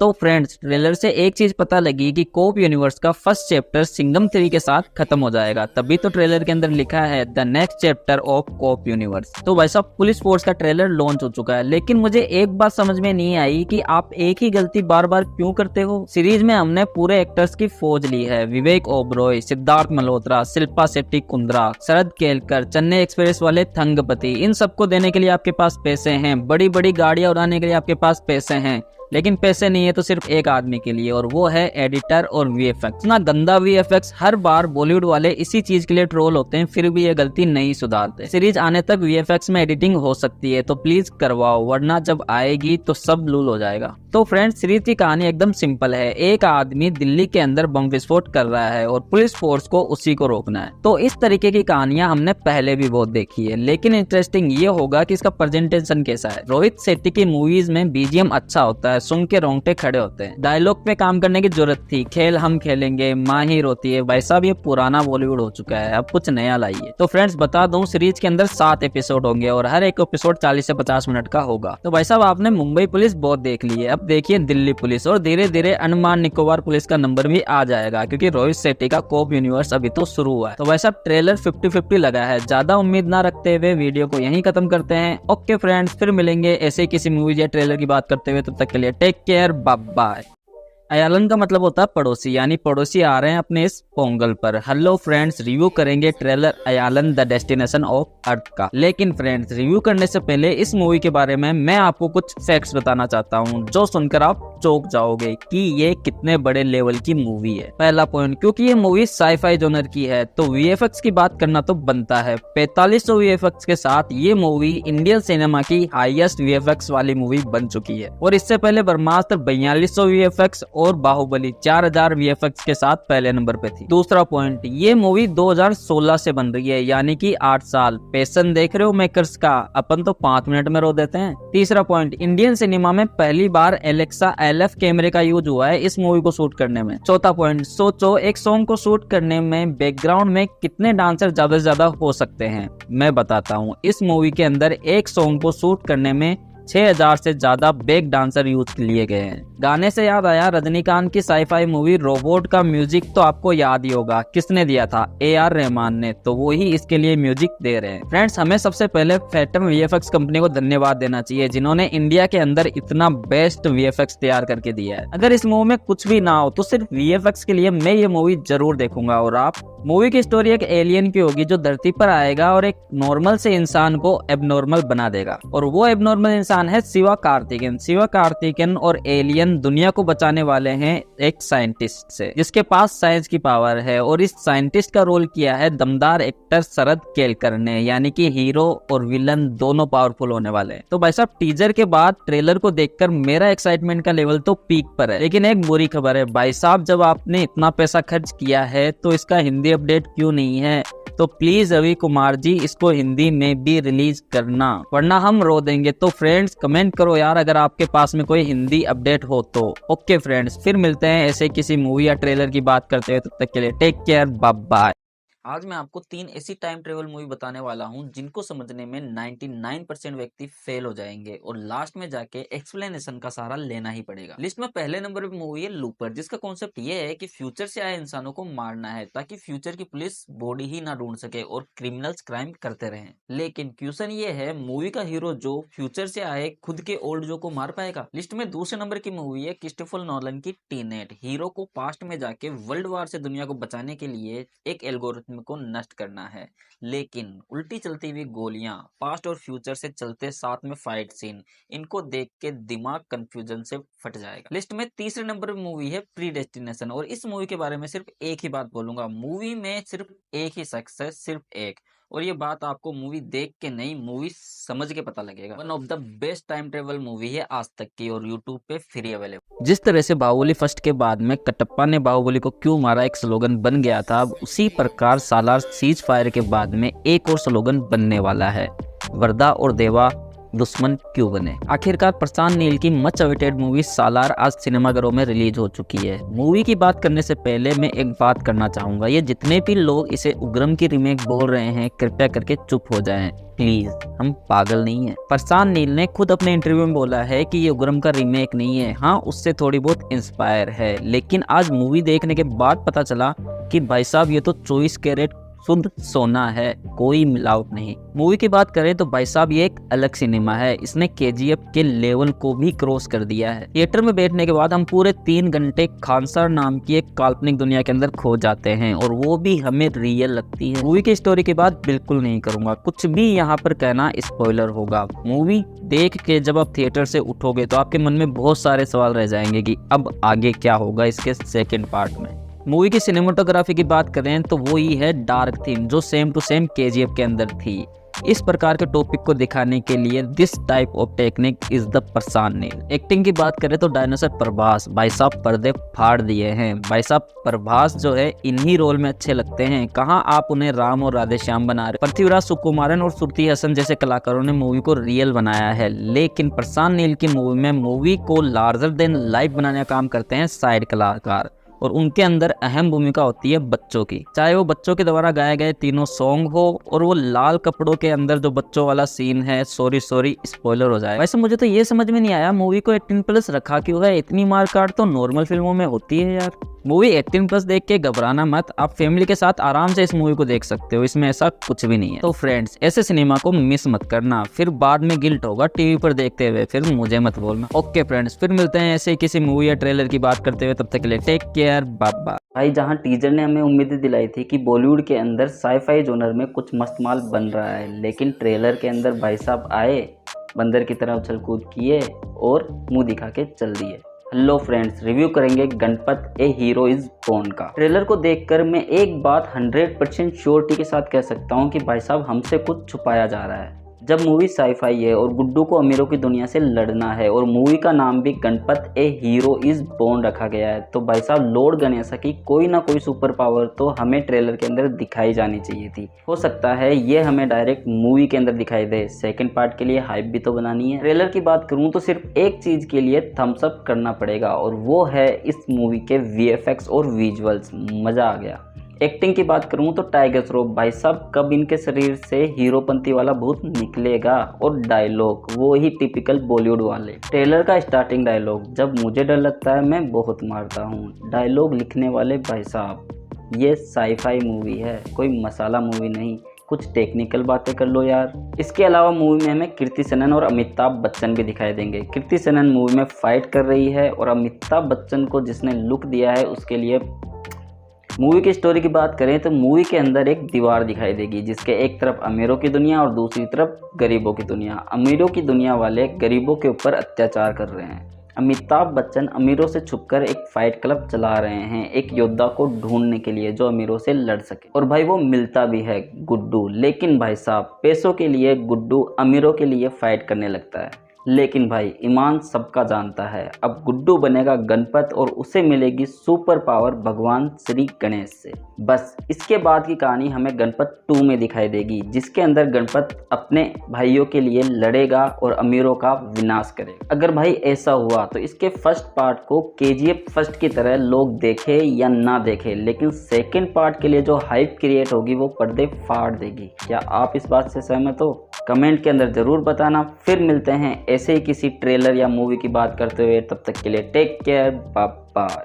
सबसे पहले तो मैं आपको ये बोलूंगा, ये रिव्यू देखो ही मत यार, डायरेक्ट जाके मूवी देखो, इतनी कमाल की मूवी है। जिस जानवर को हम आए दिन लात मार के भगाते हैं, उस जानवर को सेंटर में लेके एक डायरेक्टर इतनी बढ़िया मूवी कैसे बना सकता है, उसकी सोच के लिए सैल्यूट है यार। फिल्म के स्टार्टिंग में दिखा दिया जाता है कि धर्मा यानी कि रक्षित सेठी, उनको जिंदगी से कोई लगाव नहीं है। सुबह शाम 2 इडली, शाम को बियर, सिगरेट, काम पे जाना और वापस आना, बस यही सर्कल उनका रेगुलर चलता रहता है। लेकिन भाई उसके मन में जानवरों के लिए थोड़ी सी मोहब्बत बची है, जैसे मक्खी को बचाता है और पानी के अंदर मछली को खाना डालता है। लेकिन यहीं से कहानी शुरू होती है। धर्मा हमेशा 2 इडली लेने के लिए दादी के पास जाता है, लेकिन दादी उसे जानबूझकर 3 इडली देती है। तीसरी इडली को वो कचरे में डाल देता है और उस कचरे के पास आती है चार्ली और वो उस इडली को खाती है और इस इडली का कर्ज वो अपनी जान दे के और धर्मा की लाइफ में जिंदगी डाल के चुकाती है। नहीं समझे ना? आ जाएगा समझ, मूवी देख भैया। मूवी के अंदर के कई सीन आपको जिंदगी भर याद रहने वाले हैं, क्योंकि डायरेक्टर ने इस मूवी को ऐसे विजन और ऐसी सिनेमेटोग्राफी से बनाया है जो एक अलग ही लेवल की है। जैसे मूवी जब आधी खत्म हो जाती है तो पहली बार अपने हीरो को हंसी आती है, वो भी चार्ली को देखकर। लास्ट में जो डॉग कंपटीशन दिखाया जाता है उसके अंदर चार्ली और धर्मा की जो बॉन्डिंग दिखाते हैं डायरेक्टर साहब, गजब है यार। जब पैसों के लिए धर्मा अपनी गाड़ी बेचता है तो चार्ली गाड़ी से नहीं उतरता है, लेकिन जैसे धर्मा गाड़ी को छोड़ के जाने वाला रहता है तो चार्ली भी उसके पीछे पीछे हो जाता है। और लास्ट में जो स्नोफॉल वाला सीन दिखाया जाता है, स्नोफॉल के नीचे चार्ली और धर्मा आपस में खेल रहे होते हैं, उस सीन को सिनेमेटोग्राफी से स्वर्ग बना दिया है भाई। एक्टिंग की बात करें तो रक्षित सेठी, चाहे वो गुस्सा हो, चाहे वो इमोशन हो और चाहे वो डायलॉग डिलीवरी हो, आने वाले टाइम में जितने भी पेन स्टार हैं, प्रभास, यश, अल्लू अर्जुन, ETC, इन सबसे ऊपर लिया जाएगा अगर वो ऐसी ही एक्टिंग हर मूवी के अंदर करते रहे तो। भैया मूवी के अंदर एक और एक्टर है, उनकी एक्टिंग को आप बिल्कुल भी नजरअंदाज नहीं कर सकते। ओ सॉरी, एक्ट्रेस चार्ली की बात कर रहा हूँ। इंटरवल के बाद मूवी का हर एक सीन दिल को गदगद करता है और उसके ऊपर से मूवी के अंदर जो सिचुएशनल सॉन्ग डाले गए हैं उनको सुन के तो चाहे कितने भी कठोर दिल वाला इंसान क्यों ना हो, एक बार उसकी आंखों से आंसू जरूर आ जाएंगे। तो भैया मैं आपको पर्सनली रिकमेंड करूंगा कि एक बार आप इस मूवी को फैमिली के साथ जरूर देखें। आपकी फैमिली के अंदर हर एक के मेंबर के मन में इन बेजुबानों के लिए जुबान जरूर जाग जाएगी। मूवी एक बहुत ही बढ़िया मैसेज के साथ एंड होती है कि भैया जिंदगी बहुत अच्छी है, बस आपको जीना आना चाहिए। Okay friends, thank you for watching. फिर मिलते हैं ऐसी ही किसी मूवी की बात करते हुए, तब तक के लिए टेक केयर, बाय बाय। सबसे पहले तो बॉलीवुड के जितने भी एक्टर हैं उनको पर्सनली बैठा के ये मूवी दिखानी चाहिए कि जो वो अपनी फिल्मों के लिए 50, 70, 100 करोड़ फीस लेते हैं, उनमें से उनकी मूवी 70 करोड़ में से 70 रुपये नहीं कमा पाती है। इसको देख के उन्हें समझ में आए कि आज वो जिस जगह पे हैं वहाँ आने के लिए कई लोगों ने अपनी पूरी जिंदगी बर्बाद कर दी है। हो सकता है कि इसको देख के उनका घमंड टूटे। आज जिस हवा में वो उड़ रहे हैं उनके पैर भी जमीन को छुए। हेलो फ्रेंड्स, रिव्यू करेंगे G5 पर रिलीज हुई मूवी अर्ध का। राजपाल यादव को पहली बार उनके जोनर से हटकर कुछ नया दिया गया है और इस चीज को पूरा करने में उन्होंने कोई कसर नहीं छोड़ी है। मूवी में वो आपको किसी भी फील्ड में निराश नहीं करने वाले हैं, चाहे वो कॉमेडी हो चाहे वो इमोशन हो, और इमोशन तो भर भर के है। बात करें मूवी की स्टोरी की, शिवा यानी कि राजपाल यादव जो एक्टर बनना चाहता है लेकिन उसके घर की हालत बहुत खराब है, तो इससे बेबस होकर किन्नर बन के रोड के ऊपर पैसे मांगने पड़ते हैं और जो टाइम उसके पास बचता है उसके अंदर वो मूवीज के लिए ऑडिशन देता है। तो पूरी मूवी के अंदर यही दिखाया गया है कि वो अपनी स्ट्रगल लाइफ जीते हुए क्या एक्टर बन पाता है या नहीं बन पाता। मूवी के अंदर रूबीना दिलेक उनकी वाइफ बनी है और उनकी एक्टिंग काफी अच्छी है, लेकिन डायलॉग डिलीवरी थोड़ी सुधारी जा सकती थी। टीवी एक्टर हितेन तेजवानी राजपाल यादव के दोस्त के रूप में दिखाई देते हैं। मूवी के लिए अच्छी चीजों की बात करें तो सबसे पहले डायरेक्टर के लिए दाद देनी पड़ेगी कि उन्होंने बिना डरे हुए सीधे नेपोटिज्म पे तमाचा मारा है। मूवी का एक सीन जहां पे शिवा को एक मूवी मिल चुकी थी लेकिन प्रोड्यूसर अपने बेटे को एक्टर बनाना चाहते थे, इसलिए शिवा को बाइकआउट कर दिया जाता है। गरीबों के भैया सपने नहीं होते, ऐसे कन्वर्सेशन हमें सोचने पर मजबूर करते हैं। एक छोटी सी कमी जो मुझे लगी, जी हाँ फ्रेंड्स ये कमी नहीं है, मूवी का लेंथ ओनली 1 घंटे 30 मिनट से भी कम है। अगर इस मूवी का लेंथ थोड़ा बड़ा होता तो ये हम पे और भी इम्पैक्ट डाल सकती थी। दूसरी चीज, इसकी एंडिंग डिससेटिस्फाई है। ये सिर्फ उनके लिए है जो आज एक्टर बनने की राह पर चल रहे हैं। अगर वो इस मूवी को देखेंगे तो कहीं ना कहीं डीमोटिवेट जरूर होंगे। अगर आप रियल एक्टिंग, रियल कंटेंट और बॉलीवुड की सच्चाई को देखना चाहते हो तो एक बार इस मूवी को जरूर ट्राई दें। ये मेरी तरफ से पर्सनली रिकमेंडेड है। ओके फ्रेंड्स, फिर मिलते हैं ऐसे ही किसी मूवी की बात करते हुए। तब तक के लिए टेक केयर, बाय बाय। एक काम कीजिए, इस ट्रेलर को रिवर्स करके देखिए, बागी 3 की फुल वाइब आएगी इसके अंदर। अरे यार, कोई अहमद खान और कपिल वर्मा को समझाओ यार, एक तरह की फिल्में बार बार नहीं चलती। जब मूवी का टीजर आया था तो पहली बार ये लगा था मूवी साउथ के लेवल की होगी और मैंने इसका रिव्यू भी किया था, काफी पॉजिटिव बातें की थी। लेकिन ट्रेलर को देख के एक ही बात दिमाग में आ रही है, ना बाबा ना, तुमसे ना हो पाएगा। Sorry to all for thumbnail, क्योंकि यार टीजर को देख के यही थंबनेल सोच रखा था। तो भैया, बॉलीवुड के हर ट्रेलर को देख के स्टोरी तो पहले ही पता लग जाती है, तो फिर मूवी को क्या देखना। वो में एक पैरा कमांडो है जिसकी एक हादसे में याददाश्त जा चुकी है और उसके पिताजी को देशद्रोही साबित कर दिया गया है। तो दूसरी तरफ उसके पिताजी को किसी ने अगवा कर लिया है। तो एक माँ का बेटा पहले तो अपने पिताजी को बचाएगा और उनके ऊपर लगे हुए देशद्रोह के इल्जाम है उनको मिटाएगा और अपने देश को रक्त रहे ना रहे, देश हमेशा रहेगा, जय भवानी बोलते हुए बचाएगा। ऐसी कहानियां हमने बॉलीवुड के अंदर 1000 बार देखी है, तो कुछ नई कहानी लाओ यार। ट्रेलर के अंदर जो भी एक्शन सीन है वो गजब है, लेकिन वो लास्ट वाला सीन जब वो जंजीर से हेलीकॉप्टर को गिरा रहे हैं, फुल लॉन बागी 3, ऐसा तो शायद किसी सुपर हीरो मूवी के अंदर भी नहीं होता होगा। लेकिन भाई एक चीज जो गजब है, ट्रेलर के अंदर का बीजीएम सुनते ही रोंगटे खड़े होते हैं। मूवी के अंदर हमें बड़े बड़े एक्टर दिखाई देने वाले हैं, आदित्य रॉय कपूर, प्रकाश राज, आशुतोष राणा, जैकी श्रॉफ। तो इनकी एक्टिंग को देखने के लिए 1 जुलाई को थिएटर के अंदर जाया जा सकता है, बाकी मूवी से कोई उम्मीद नहीं है। ओके फ्रेंड्स, फिर मिलते हैं ऐसे ही किसी ट्रेलर या मूवी की बात करते हुए। तब तक के लिए टेक केयर, बाय बाय। 3 तिगाड़ा और काम बिगाड़ा, ये तो आपने सुना ही होगा, लेकिन अब ये आपको सुनने को मिलेगा सिनेमा के जगत में। जी हाँ, 3 जून को 3 बड़ी फिल्में रिलीज हो रही है और किसका काम बनेगा, किसका काम बिगड़ेगा, वो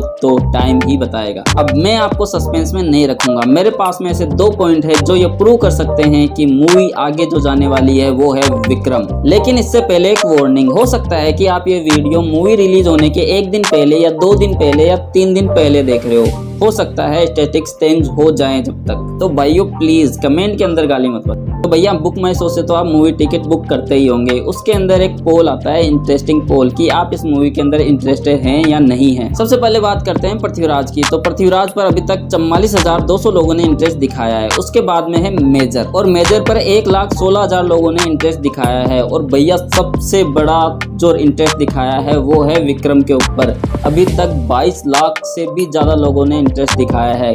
क्या पता ये कैसे हुआ। और दूसरा पॉइंट जो मेरे पास है वो है इन मूवीज की एडवांस बुकिंग। जिस मूवी की सबसे ज्यादा एडवांस बुकिंग हुई होगी वही बॉक्स ऑफिस पर धमाल मचाने वाली है। जहां मेजर को सबसे कम 53 लाख की एडवांस बुकिंग हुई है, वहीं पृथ्वीराज को 1 करोड़ से ऊपर की बुकिंग हुई है। और विक्रम को 3.5 करोड़ की अभी तक बुकिंग हो चुकी है।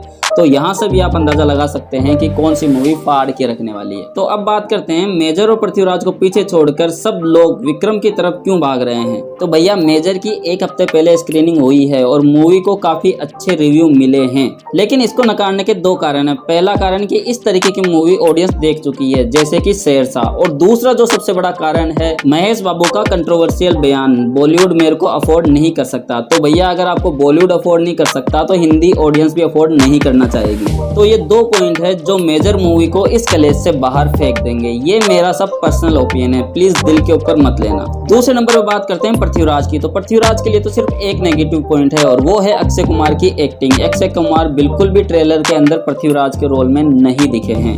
तो ऑडियंस इनको देखना कितना पसंद करती है, कितना पसंद नहीं करती है, वो तो हमें मूवी रिलीज होने के बाद में ही पता लगेगा। तो इन पॉइंट से आप समझ गए होंगे कि कौन लठ गाड़ने वाला है। जी हाँ, विक्रम के अंदर हमें एक्टिंग के 3 पावर हाउस दिखेंगे और ये तीनों ही पावर हाउस थिएटर के अंदर एक्टिंग के बम डालने वाले हैं। कमल हासन, विजय सेतुपति और फहद फाजिल। ऑडियंस इसको इसलिए पसंद कर रही है क्योंकि ऐसी ही मूवी KGF अभी उन्होंने देखी है, जिसके अंदर ऐसा ही टसन और ऐसा ही स्वेग दिखा था, वो ही हमें इस मूवी के अंदर दिखने वाला है। तो भैया, इस नदी के अंदर मेजर और पृथ्वीराज तो मेरे हिसाब से तो बह जाने वाली है। तो फ्रेंड्स, आपको क्या लगता है कौन सी मूवी करोड़ों कमा के देने वाली है और कौन सी मूवी के करोड़ों डूबने वाले हैं? कमेंट के अंदर जरूर बताना। फिर मिलते हैं ऐसे किसी मूवी या ट्रेलर की बात करते हैं, तब तक के लिए take care, bye bye. Bollywood के रेगिस्तान में आज पानी की आस जगाई है इस ब्रह्मास्त्र ने, और ट्रेलर को देख आज ऐसा ही फील हुआ, बिल्कुल 11,000 वोट का झटका लगा है यार। सोचिए सिर्फ ट्रेलर अनाउंसमेंट ही इतनी धांसू है तो फिर ट्रेलर क्या होगा, और ट्रेलर को छोड़ो मूवी क्या बनने वाली है। साउथ के केजीएफ, बाहुबली, पुष्पा सब रिकॉर्ड फेल हो जाएंगे, कोई रिकॉर्ड नहीं बचने वाला। ट्रेलर अनाउंसमेंट के अंदर सिर्फ एक डायलॉग है, अब खेल शुरू, और ये खेल किस किस के साथ खेला जाने वाला है आप समझ रहे होंगे। आपने बहुत खेल खेल लिया सर। साउथ की स्ट्रेटेजी जो बॉलीवुड वाले नहीं समझ पा रहे थे, अब उसको वो समझ चुके हैं। साउथ की बड़ी बड़ी मूवीज के अंदर बॉलीवुड स्टार को लिया जाता है, जैसे केजीएफ के अंदर संजय दत्त, रवीना टंडन, RR के अंदर अजय देवगन और आलिया भट्ट। तो भैया सीधी सी बात है, उस बॉलीवुड स्टार के फैन मूवी देखने के लिए जरूर जाएंगे, फिर चाहे मूवी कैसी भी हो। तो भैया अब यही स्ट्रेटेजी बॉलीवुड अपनाने वाला है। सबसे पहले तो अपनी मूवीज को साउथ लैंग्वेज के अंदर डब करेगा, तेलुगु, तमिल, मलयालम, और साउथ इंडस्ट्री के जो बड़े सुपरस्टार हैं उनको अपनी मूवी में लेगा। एग्जाम्पल आप देख सकते हो, लाल सिंह चड्ढा, पृथ्वीराज, और आज जो आया ब्रह्मास्त्र। लाल सिंह चड्ढा में उन्होंने नागा चैतन्य को लिया है, और पृथ्वीराज को तेलुगु के अंदर डब किया जा रहा है, और ब्रह्मास्त्र के अंदर तो खुद नागार्जुन को लिया जा रहा है, और मूवी को तेलुगु, तमिल सब साउथ लैंग्वेज के अंदर डब किया जा रहा है। तो फिर मूवी कहाँ पहुंचने वाली है इसका आप अंदाजा भी नहीं लगा सकते। ब्रह्मास्त्र के एक्टर की बात करें तो रणवीर कपूर, आलिया भट्ट, अमिताभ बच्चन, नागार्जुन, मौनी रॉय, कौन हीरो है कौन विलन है, बस बवाल होने वाला है भैया। बस एक चीज जो इसके अंदर खटक रही है वो है इसके अंदर का VFX को देखकर टीवी सीरियल वाली फीलिंग आ रही है। तो ब्रह्मास्त्र के मेकर्स को मेरा अनुरोध है कि प्लीज भैया थोड़ा VFX के ऊपर काम करना, वरना फिर सब धूल मिट्टी हो जाएगा। तो फ्रेंड्स आपको क्या लगता है, क्या ये बॉलीवुड की डूबती हुई लाज को बचाएगी? कमेंट के अंदर जरूर बताना। फिर मिलते हैं ऐसे किसी मूवी या ट्रेलर की बात करते हुए, तब तक के लिए टेक केयर, बाय बाय। भैया अर्ध का ट्रेलर लॉन्च हुआ और ट्रेलर को देखकर एक ही बात दिमाग में आई, Bollywood really shame on you. शर्म आती है यार, आखिर क्यों सपोर्ट नहीं है हमारे यहाँ पर टैलेंट और क्रिएटिविटी को। भाई अर्ध का गूगल पे विकिपीडिया पेज तक नहीं है। जब भी हम कोई मूवी का नाम सर्च करते हैं तो गूगल पे सबसे पहले उसका विकिपीडिया पेज आता है, जिसके अंदर उस मूवी की A to Z पूरी जानकारी दी जाती है। भैया जिन लोगों को एक्टिंग का A तक नहीं आता है उन लोगों की फिल्मों का प्रचार प्रसार धूम धड़ाके के साथ होता है। तो भैया इस मूवी का क्यों नहीं? सिर्फ इसलिए क्योंकि इसके साथ खान कपूर नहीं जुड़ा।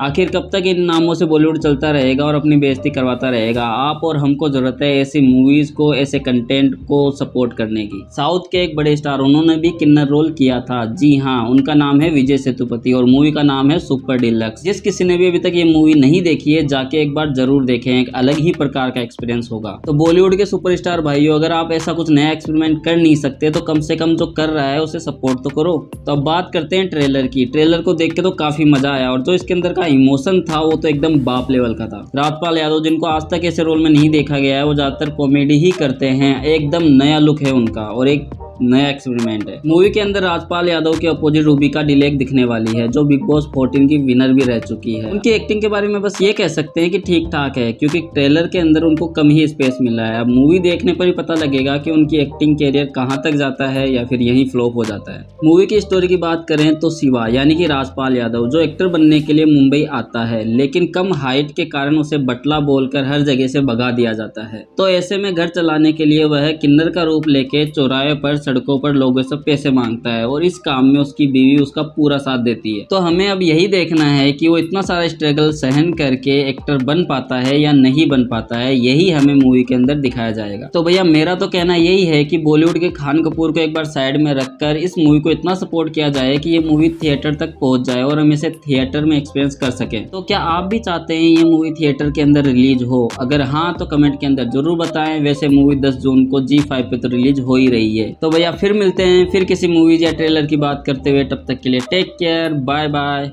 भरोसा रेगिस्तान की तरह होता है, पानी और छाया की तलाश दूर तक ले जाती है, कई बार उम्मीद टूटती है, लेकिन इरादा मजबूत हो तो पानी मिल ही जाता है। अनिल का बेटे हर्षवर्धन के ऊपर भरोसा अब थार पे जाके पूरा हुआ है। हेलो फ्रेंड्स, रिव्यू करेंगे आज ही नेटफ्लिक्स पे रिलीज हुई मूवी थार का। मूवी की सबसे इंपॉर्टेंट बात है मूवी की सिनेमेटोग्राफी, इसके लिए सैल्यूट मिलना चाहिए। जिस तरीके से राजस्थानी संस्कृति और सभ्यता को दिखाया गया है वो वाकई में लाजवाब है। बंजर पड़ी धरती, टीले, पहाड़ों को कौन इतने सुंदर तरीके से दिखा सकता है। मूवी के अंदर जिस तरीके से टीले, पहाड़ों, कच्चे मकानों और कच्चे रास्तों को शूट किया गया है, आंखों को देख के सुकून मिलता है। मूवी के अंदर कहानी है सरहद से सटे महोबा की, जिसके अंदर पुलिस इंस्पेक्टर सुरेखा यानी कि अनिल कपूर अपनी नौकरी कर रहे हैं और वो अपनी नौकरी से काफी ऊब चुके हैं। लेकिन हाल ही में गांव के अंदर भयंकर तरीके से मारे गए लोगों की लाशें मिलने लग जाती है। तो इंस्पेक्टर सुरेखा का शक कभी डकैतों पे जाता है, कभी सिद्धार्थ पे। सिद्धार्थ यानी कि हर्षवर्धन कपूर, जो अभी अभी विदेश से आके लौटे हैं। तो मूवी की शुरुआत से ही आपका मन ये जानने के लिए उत्सुक होगा कि ये सब कौन कर रहा है और क्यों कर रहा है। मूवी के अंदर दंगल गर्ल फातिमा सना शेख भी है, जिनका इतना इंपॉर्टेंट रोल है नहीं मूवी के अंदर। बात करें एक्टिंग की तो हर्षवर्धन कपूर को इतने कोई डायलॉग दिए नहीं गए, लेकिन वो जो आंखों से डायलॉग बोल रहे हैं वाकई में लाजवाब है। बस थोड़ी सी कमी है, अगर वो अपने चेहरे के एक्सप्रेशन थोड़े और बाहर निकाल के लाते तो और मजा आता। पूरी मूवी के अंदर उनका एक्सप्रेशन एक ही तरह का दिखाई देता है। लेकिन ये जरूर बोल सकते हैं कि हर्षवर्धन कपूर के एक्टिंग का रास्ता इस थार से खुल सकता है। बाकी अनिल कपूर की एक्टिंग, उन्हें तो कुछ भी दे दो, उसके ऊपर सवाल उठाया नहीं जा सकता। फातिमा सना शेख, उन्हें जो भी दिया गया है उन्होंने अच्छा किया है। तो फ्रेंड्स, मूवी देखें या नहीं तो जरूर देखें, नेटफ्लिक्स के ऊपर स्ट्रीम हो रही है। आपको ये वीडियो कैसी लगी कमेंट में जरूर बताएं। फिर मिलते हैं ऐसी ही किसी वीडियो के साथ, तब तक के लिए take care, bye. Don't steal my money. Hello friends, Sarkaru Vaari पट्टा का आज ट्रेलर लॉन्च हो चुका है और ट्रेलर को देखते ही सबसे पहले मेरे दिमाग में एक बात आई कि ऐसा कैसे हो सकता है। कैसे भाई, कैसे कोई इतनी एज में इतना यंग और इतना क्यूट कैसे लग सकता है। मैं काफ़ी महेश बाबू की फिल्में देखते आ रहा हूँ और जैसे जैसे उनकी मूवी जाती है वैसे वैसे वो और चार्मिंग और क्यूट दिखने लगते हैं। तो मैंने सोचा चलो आज गूगल करके देखते हैं महेश बाबू की एज कितनी है। और जैसे ही मैंने गूगल के ऊपर टाइप किया महेश बाबू एज, तो नीचे लिख के आता है 46 ईयर और मेरी आंखें खुली की खुली रह जाती है। कैसे कोई इतनी एज में इतना यंग दिख सकता है। हमारी 26 हुई है और देख लो हाल है। कहीं ऐसा तो नहीं the curious of Benjamin button वाला केस इनके साथ हो रहा हो, लेकिन साउथ के अंदर ऐसा ही होता है। अभी हाल ही में चिरंजीवी और रामचरण की आचार्य मूवी रिलीज हुई। लग ही नहीं रहा था दोनों बाप बेटे हैं, बल्कि अपने आचार्य चिरंजीवी तो रामचरण से भी जवान लग रहे थे। लेकिन साउथ वालों, मेरे को ऐसा लगता है कि आपके पास या तो कोई जड़ी बूटी है या फिर ऐसे VFX क्रिएटर हैं जो बुढ़े को भी जवान बना देते हैं। थोड़े भैया हमारे बॉलीवुड को भी दे दो। अब बात करते हैं ट्रेलर की। तो ट्रेलर तो काफ़ी अच्छा है। ट्रेलर के अंदर के कॉमेडी सीन और एक्शन सीन वाकई में लाजवाब है। बस गलती थोड़ी सी ये हो गई कि हमारी तेलुगु वीक है। अब बात करते हैं सबसे बुरी बात जो थंबनेल में लिखी है, जिसके ऊपर रोना आ रहा है। तो भैया मूवी हिंदी में देखने को नहीं मिलने वाली है, सिर्फ तेलुगु के अंदर ही रिलीज की जानी है। तो महेश बाबू के हिंदी वाले फैंस, अगर आपको हिंदी में ही देखना है तो 1-2 महीने और इंतजार करना पड़ेगा, क्योंकि राइट गोल्ड माइंस के पास है। तो गोल्ड माइंस वाले भैया जब इसको 1-2 महीने बाद हिंदी में डब करके चैनल के ऊपर डालेंगे। बाकी जो महेश बाबू के खतरनाक वाले फैन है, वो चाहे हिंदी में रिलीज हो चाहे तेलुगु में रिलीज हो, उन्हें देखने से कोई नहीं रोक सकता। बाकी मूवी को परशुराम ने डायरेक्ट किया है और मूवी के अंदर Keerthy Suresh female lead actress के रूप में दिखेगी और मूवी 12 मई को रिलीज होने वाली है। तो फ्रेंड्स, मूवी हिंदी में रिलीज नहीं हो रही है, इसके ऊपर आपकी क्या राय है कमेंट में ज़रूर बताना। फिर मिलते हैं ऐसे ही किसी वीडियो में, तब तक के लिए टेक केयर, बाय बाय।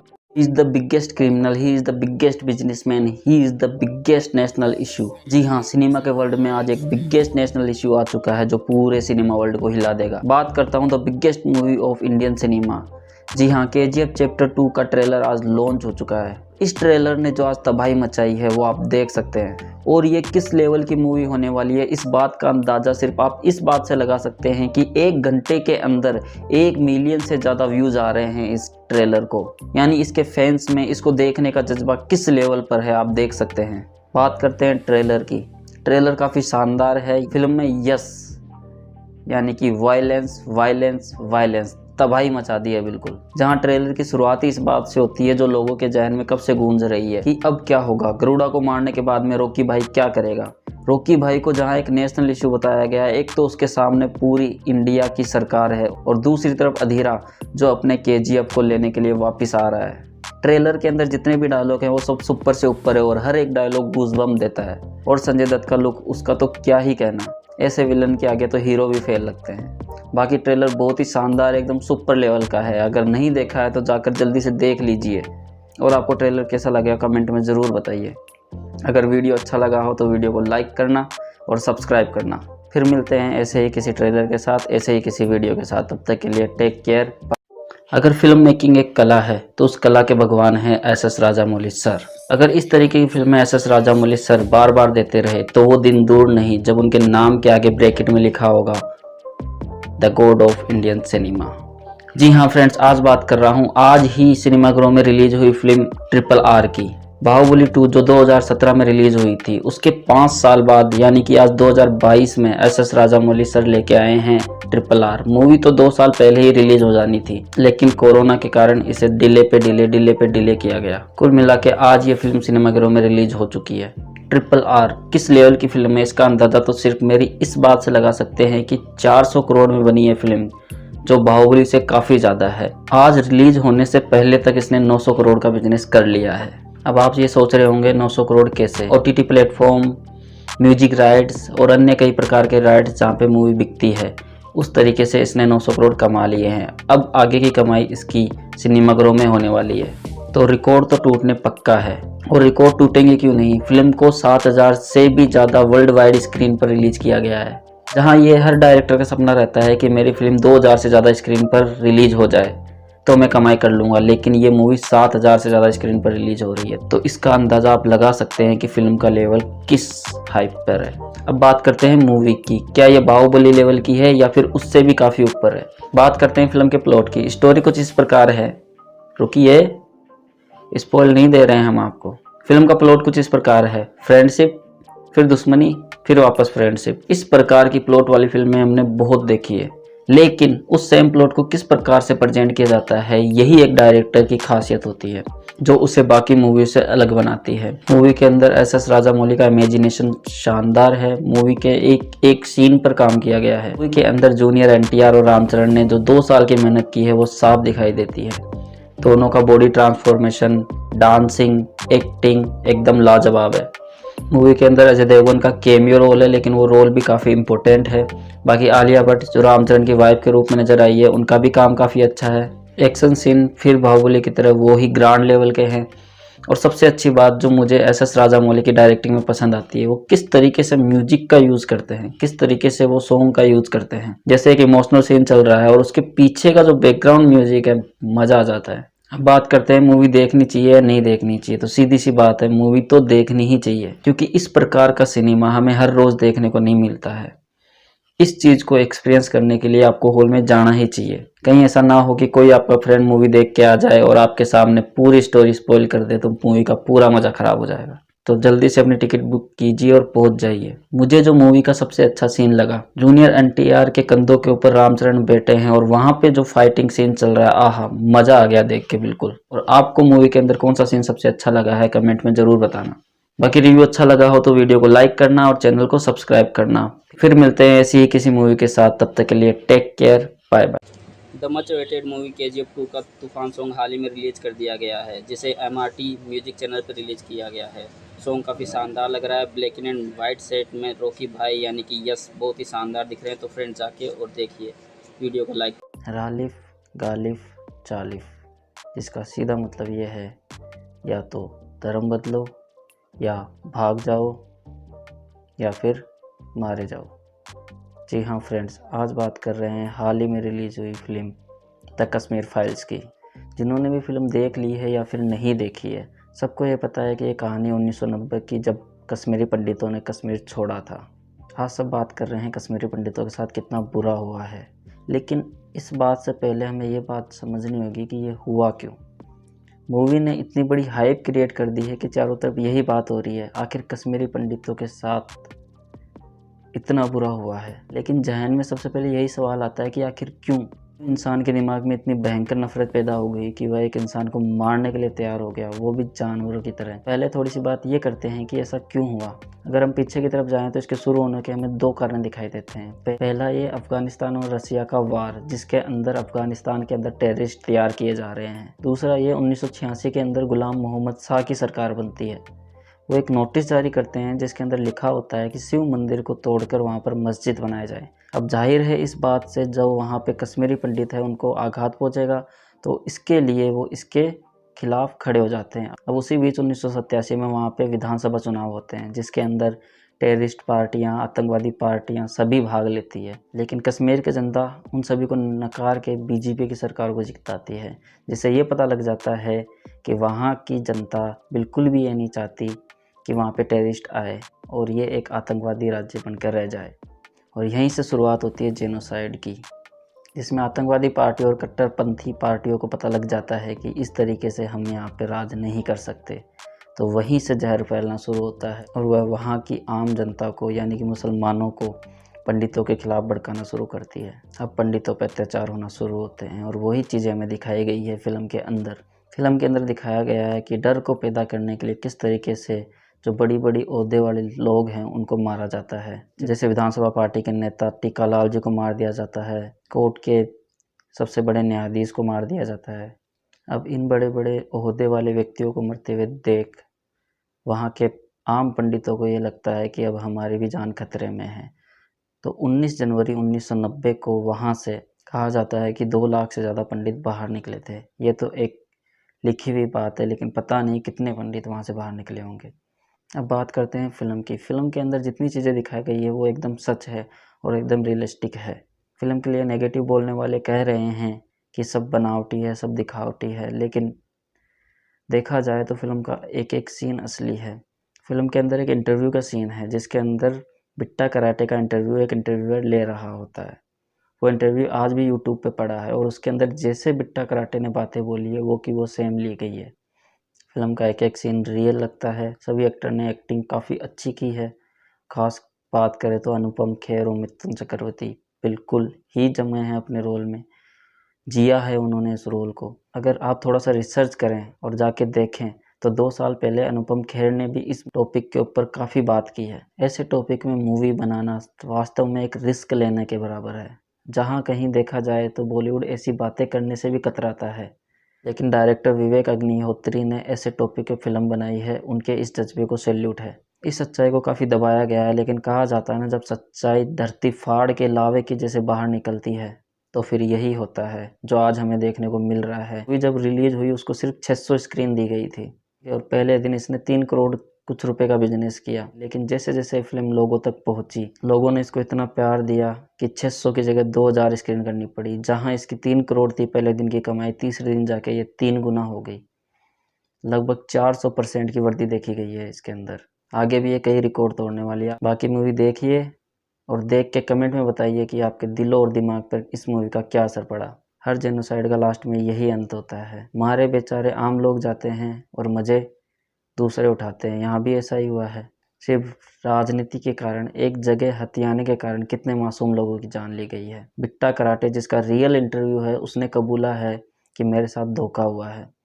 उसने कहा कि उन्होंने कहा कि उन लोगों को मार दो, हम कश्मीर पाकिस्तान में मिला लेंगे, हम तुम्हारा साथ देंगे। लेकिन जो उसने किया उसके लिए वो कानून के हाथों में आया तो उसका कोई भी साथ देने के लिए नहीं आया। आप उसका इंटरव्यू देख सकते हैं। उसके अंदर उसने खुद कबूला है कि मैंने जो किया वो गलत किया। और हमें ऐसी मास्टरपीस मूवीज़ को सपोर्ट करना चाहिए। ऐसे डायरेक्टर की सोच को धन्यवाद करना चाहिए जो हमें ऐसी सच्चाइयों से अवगत कराते हैं। और हमें ऐसे डायरेक्टर और उनकी सोच को सपोर्ट करना चाहिए और ऐसी मूवीज़ को दूसरे लोगों तक पहुंचाना चाहिए जिससे लोगों की सोच पर प्रभाव पड़े। ओके फ्रेंड्स, जाते जाते चैनल को ज़रूर सब्सक्राइब करें। फिर मिलते हैं ऐसी ही किसी मूवी के साथ। तब तक के लिए take care, bye bye. Hello friends, जैसे हमको पता है कल रात को एक ऐसी बाढ़ आई है जिसने सबको हिला डाला है। जी हाँ, मैं बात कर रहा हूँ one of the greatest actor Prabhas की आने वाली फिल्म राधे श्याम की। जी हाँ फ्रेंड्स, कल इसका ट्रेलर आया है और एक दिन के अंदर ही इसने 34 मिलियन क्रॉस कर लिए हैं और इसने ऐसे ऐसे रिकॉर्ड तोड़े हैं। आज तक का सबसे बेस्ट ट्रेलर है। जी हाँ, जितने भी ट्रेलर रिलीज़ होते हैं उन सब में सबसे ज़्यादा देखे जाने वाला वीडियो है। और आपको बता दूँ दोस्त, बाहुबली के ट्रेलर का रिकॉर्ड कोई नहीं तोड़ पाया था और सिर्फ एक ही जने ने तोड़ा है और वो खुद है बाहुबली। जी हाँ, राधे श्याम के ट्रेलर ने ही बाहुबली का रिकॉर्ड तोड़ा है। बाकी इन्फॉर्मेशन अच्छी लगी है तो सब्सक्राइब कर देना। मैं आगे बातें करता रहूँगा ऐसे ही फिल्मों के बारे में। तब तक के लिए बाय बाय, फिर मिलते हैं। भाइयों बेटे बेटे क्या कर रहे हो? नेटफ्लिक्स ने अपना सब्सक्रिप्शन 199 का कर दिया 499 वाला और 199 का कर दिया 149 में। तो ले लो सब्सक्रिप्शन, एंजॉय करो, सब्सक्राइब कर देना।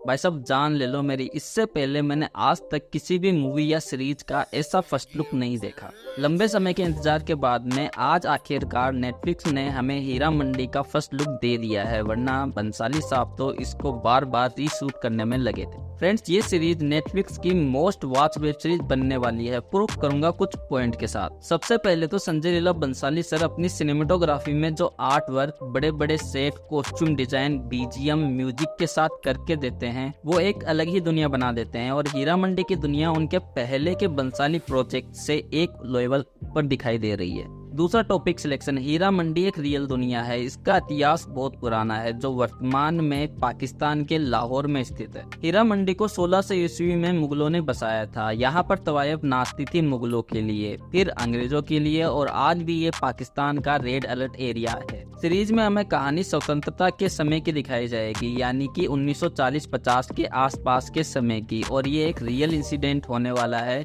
और रियल इंसिडेंट से ऑडियंस और कनेक्ट होती है। और तीसरा पॉइंट, इतिहास में पहली बार हो रहा है जब 6 हीरोइन एक वेब सीरीज के अंदर काम कर रही है। सीरीज में टैलेंट का खजाना है भाई। मनीषा कोइराला, सोनाक्षी सिन्हा, संजीदा शेख, शर्मिन सहगल, अदिति राव हैदरी और रीचा चड्ढा। भाई साहब कोई अंधा भी इसे मिस नहीं करना चाहेगा। चौथा पॉइंट, जो बॉलीवुड का हुक्म का इक्का है, और वो है कंट्रोवर्सी। भाई साहब संजय लीला बंसाली हो और कंट्रोवर्सी ना हो, ये हो ही नहीं सकता। जितनी बड़ी कंट्रोवर्सी उतना बड़ा मुनाफा। फ्रेंड्स, आपको क्या लगता है इस बार कौन सी कंट्रोवर्सी होने वाली है? कमेंट में बताओ यार। तो फ्रेंड्स, हीरा मंडी के फर्स्ट लुक ने नॉट आई ब्लिंक वाला एक्सपीरियंस दिया है, और हम इसके लिए एक्साइटेड होंगे। ओके फ्रेंड्स, फिर मिलते हैं ऐसे किसी मूवी या ट्रेलर की बात करते हैं। तब तक के लिए टेक केयर, बाय।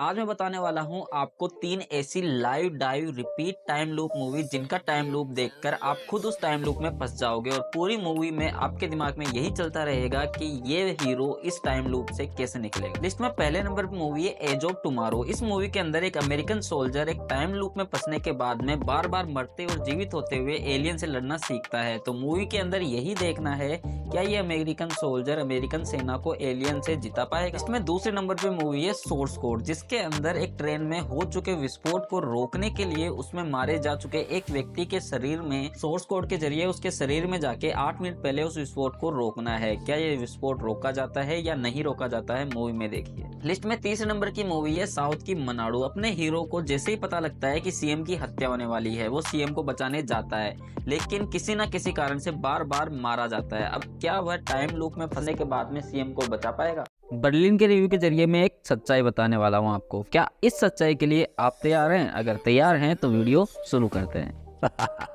सीरीज में टोटल 8 एपिसोड है, और हर एक एपिसोड 50 से 60 मिनट का है, यानी कि पूरी सीरीज देखने के लिए हमको कम से कम 8 घंटे देने पड़ेंगे। सीरीज 1:30 बजे नेटफ्लिक्स पे शुरू हुई थी, यानी कि अगर कोई 1:30 बजे देखना शुरू करता है तो 9:30 बजे इसे देखकर खत्म कर पाएगा, और अगर एक रिव्यू वीडियो बनाता है तो 2 घंटे कम से कम उसमें लगेंगे, यानी कि पहला रिव्यू हमें 11:30 बजे यूट्यूब पर देखने को मिलना चाहिए। लेकिन भाई साहब रिलीज होने के 2 घंटे बाद रिव्यू पे रिव्यू दिखने लग जाते हैं। अब मेरे को लगता है इनके पास में कोई ऐसी शक्ति है जिससे ये फ्यूचर में जाकर वीडियो देखकर आ जाते हैं और रिव्यू बना देते। तो फ्रेंड्स, इनके वीडियो पर 4-5 घंटे के अंदर 40-50 हज़ार व्यूज तो हो जाते हैं। तो मैं 40-50 हज़ार लोगों से पूछना चाहता हूं कि भाई साहब आप ही बता दो इनके पास में कौन सी शक्ति है जिससे उस शक्ति का इस्तेमाल करके हम भी वीडियो बना लें। तो फ्रेंड्स, इसको साइड में करते हुए बात करते हैं नेटफ्लिक्स पे रिलीज हुई सीरीज बर्लिन की। मैंने इसको अपने जिंदगी के 8 घंटे अनमोल दिए हैं। क्या आपके 8 घंटे खराब करने के लिए या सही करने के लिए ये सीरीज सही है या नहीं है?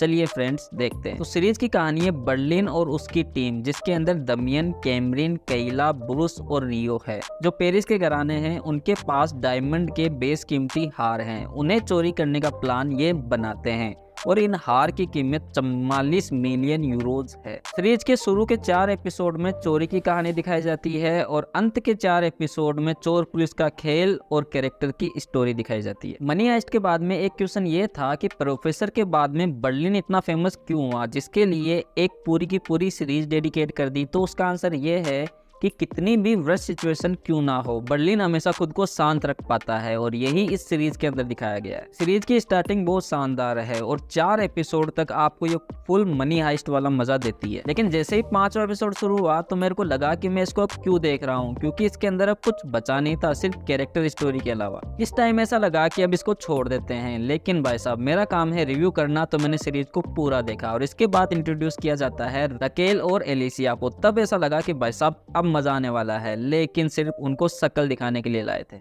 7वें एपिसोड में पूरी सिचुएशन मनी हाइस्ट वाली हो गई थी, तब ऐसा लगा कि अब ये दूसरी सीजन के लिए कुछ बवाल छोड़ने वाले हैं, लेकिन 8वें एपिसोड में इसको इन्होंने पूरा एंड कर दिया। तो भाई साहब एक लाइन में अगर बात बोलूं कि सिर्फ इसको अगर 4 एपिसोड की सीरीज बनाया जाता तो ये मनी हाइस्ट लेवल की होती, फालतू में स्टोरी को खींचने की जरूरत नहीं थी। सिनेमेटोग्राफी की बात करें तो कुछ सीन गजब है, जैसे वो कार के ऊपर चेस सीन और वो सूरज उगाने वाला सीन। तो भाई साहब सिर्फ इतना ही कहूंगा कि शुरू के 4 एपिसोड देख लीजिए, मजा आ जाएगा, इसके आगे कुछ भी नहीं है। और हाँ, फैमिली के साथ बिल्कुल मत देखना, क्योंकि इसके अंदर ऐसी ही चीजें हैं जो सिर्फ अकेले देखी जाती है। ओके फ्रेंड्स, फिर मिलते हैं ऐसे ही किसी सीरीज या मूवी की बात करते हुए, तब तक के लिए टेक केयर, बाय बाय। जब दुनिया में मार्वल और डीसी नहीं था तब हमारे पास राम और रामायण थी, और रामायण के अंदर हमारे फेवरेट सुपर हीरो थे हनुमान। तो हेलो फ्रेंड्स, बात करते हैं रिलीज हुआ ट्रेलर हनुमान। भाई ट्रेलर को देखते ही मैं सलार और डंकी सब भूल गया, अब तक 50 बार से ज्यादा देख चुका, मन ही नहीं बदल रहा यार। सोचो भाई ट्रेलर ऐसा है तो मूवी कैसी होगी, एक एक फ्रेम गूज़बम्प देने वाला है। और भाई बीजीएम शब्द नहीं है मेरे पास। ट्रेलर का वो स्टार्टिंग सॉन्ग रघुनंदन रघु रघुनंदन, भाई इसको मैं अपने मोबाइल की रिंगटोन बनाने वाला हूँ। मूवी में हमें तेजा सजा सुपर हीरो रोल हनुमान के रूप में दिखने वाला है। इस मूवी से पीवीसी प्रसाद वर्मा सिनेमेटिक यूनिवर्स तैयार करने वाले हैं, और भाई मैं 100% श्योर आपको कह सकता हूँ कि ये इंडिया का पहला सुपर हीरो जॉनर का सक्सेसफुल यूनिवर्स होने वाला है। फिल्म की स्टोरी की बात करें तो ये मूवी एक काल्पनिक गांव अंजना के ऊपर होने वाली है, और इस गांव में एक लड़का है हनुमान, इसे पावर प्राप्त होगी हनुमान से, और ये बनेगा इस गांव का सुपर हीरो हनुमान। हनुमान ही पढ़ना है ना, इसे कमेंट में बता देना। और भाई सुपर हीरो है तो विलन तो होना मांगता है, तो भाई साहब विलन को कम मत समझना, इसके पास साइंस की फुल पावर है, और ये साइंस की पावर से हनुमान की पावर खुद लेना चाहता है। तो भाई देखते हैं कौन जीतता है, साइंस या रिलीजियस, ज्ञान या धर्म, सुपर हीरो या विलन। तो भाई मैं तो 12 जनवरी को हनुमान देख के ही पतंग उड़ाने वाला हूँ, और आप?